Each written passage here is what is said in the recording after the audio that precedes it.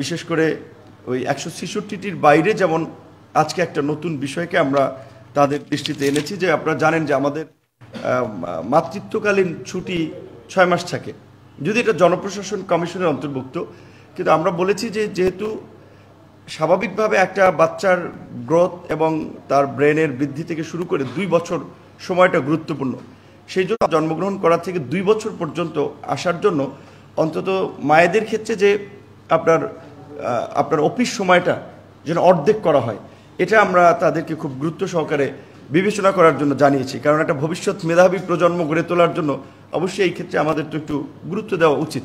আলোচনার মধ্যে যেমন যার মধ্যে ছিল যে সংবিধানের মূল নীতির প্রশ্নে বহুত্ববাদের বিষয় নিয়ে যেহেতু অনেক ধরনের মতভেদ তৈরি হয়েছে, সেখানে আমরা বলেছি যে এখানে ধর্মীয় সম্প্রীতি রিপ্লেস করা যায় বহুত্ববাদের পরিবর্তে। সেখানে সংস্কার কমিশন আর একটু বিষয় এসেছে যে তাহলে বহুত্ববাদ কিংবা ধর্মীয় সম্প্রীতি এটার পরিবর্তে অনেকের আলোচনা এই বিষয়গুলো উঠে এসেছে যে যেমন গণতন্ত্র, সাম্য, মানবিক মর্যাদা এবং সামাজিক সুবিচার, এইটুকুর বিষয়ে আমাদের ঐক্যমত আছে কিনা, এটাতে আমরা ঐক্যমত পোষণ করেছি।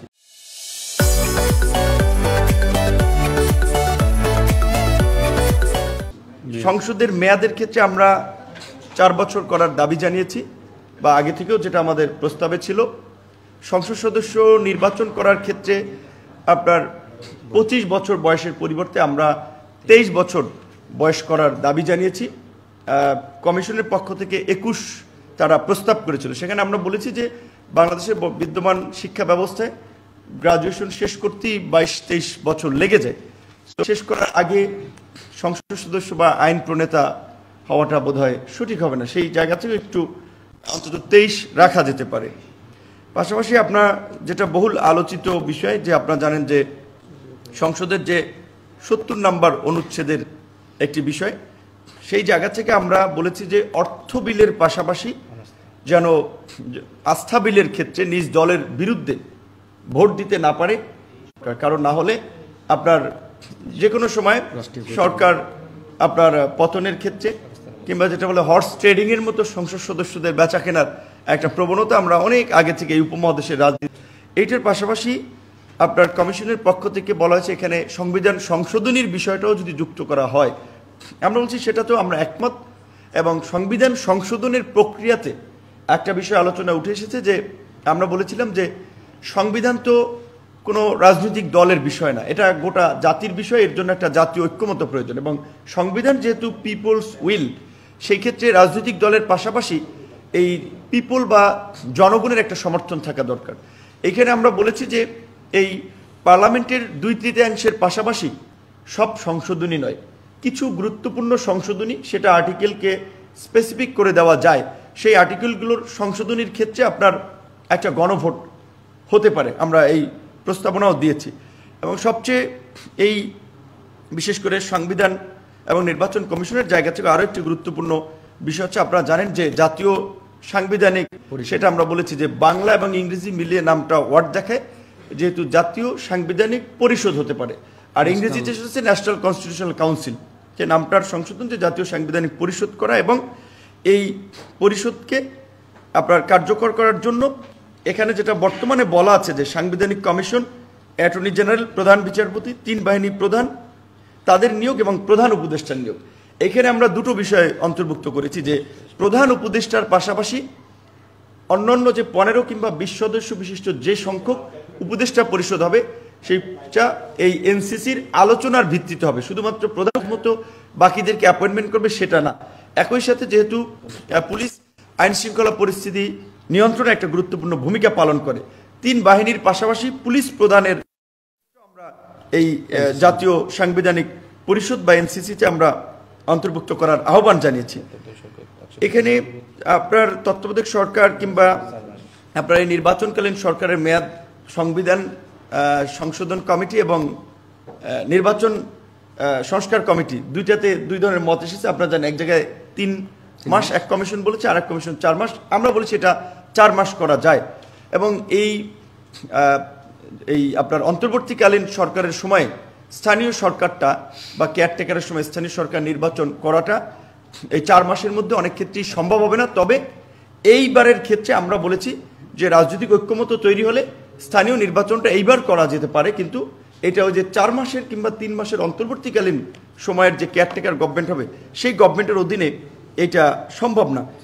একই সাথে আপনারা জানেন যে বর্তমানে স্থানীয় সরকার বিশেষ করে বিভাগটা কার্যত যদিও স্থানীয় সরকার মন্ত্রণালয়ের অধীনে, কিন্তু এখানে আসলে কার্যত স্থানীয় সরকারের উপরে খবরদারি কিংবা তাদের নিয়ন্ত্রণ ছাড়া ওইভাবে স্থানীয় সরকার মন্ত্রণালয় খুব বেশি সহায়তা স্থানীয় সরকারকে করছে না।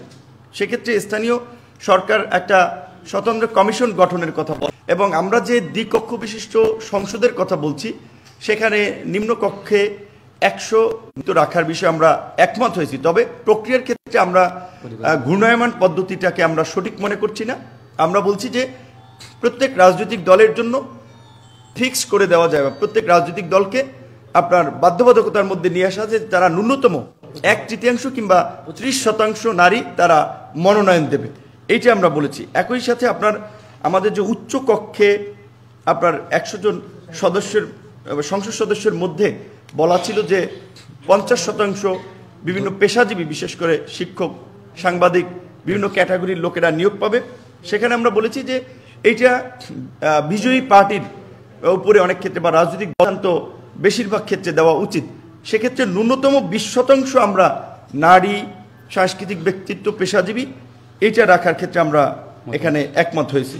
এবং বর্তমান নির্বাচন কমিশনের আপনার যদিও আরপিওতে আছে এবং শ্রমিকরা কোনো রাজনৈতিক দলের অঙ্গ সংগঠন বা ভ্রাতৃপ্রতিম সংগঠন হবে না, কিন্তু কোনো রাজনৈতিক দলই এটা কিন্তু করছে না। বরঞ্চ ছাত্র সংগঠন, শ্রমিক সংগঠনের কমিটি দিচ্ছে, দেখবেন যে রাজনৈতিক দলের শীর্ষ নেতারা এই ছাত্র শ্রমিকদের পাশাপাশি পেশাজীবীদেরকেও আমরা দলীয় লেজুরভিত্তিক রাজনীতি থেকে বাইরে রাখার জন্য রাজনৈতিক দলগুলো থেকে আলাদা করার বা তারা যেন রাজনৈতিক দলের পার্ট না হতে পারে সেই বিষয়ে কিছু কার্যকর পরামর্শ, পাশাপাশি যদি প্রমাণিত হয় যে পেশাজীবী ছাত্র শ্রমিকরা রাজনৈতিক দলের লেজুরভিত্তিক করছে বা রাজনৈতিক দল তাদেরকে ব্যবহার করছে, তার জন্য একটা ন্যূনতম শাস্তিমূলক ব্যবস্থার কথাও আমরা এখানে বলেছি।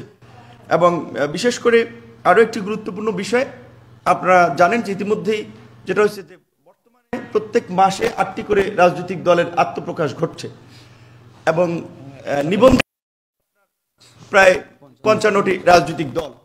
নির্বাচন কমিশন 2008 সালে আপনার এই নিবন্ধনের আইন করার পরে সর্বশেষ যে বিধানটি ফলো করা হচ্ছে যে 1/3 জেলা কমিটি, উপজেলা বা থানা কমিটি, সক্রিয় কার্যক্রম সহ এবং অফিস। আমরা মনে করি এটি একটি স্ট্যান্ডার্ড আইন, এটি একটি সুন্দর ব্যবস্থা। এই ব্যবস্থার মধ্যে দিয়েই রাজনৈতিক দলগুলোকে নিবন্ধন দেওয়া উচিত। এই ব্যবস্থার পাশাপাশি দলকে নিবন্ধন পেতে হলো যে নির্বাচনের আগে গোয়েন্দা সংস্থা কিংবা বিভিন্নভাবে রাজনৈতিক দল তৈরি করে সুবিধার জন্য, বিভ্রান্তি তৈরি করার জন্য, সেই ক্ষেত্রে আমরা বলেছি ন্যূনতম 3 থেকে 4 বছর যেন এই নিবন্ধনের জন্য তাদের সক্রিয় কার্যক্রম থাকে, এটি যেন যাচাই। তো এটি ছিল আমাদের মূলত আজকের এই সামগ্রিক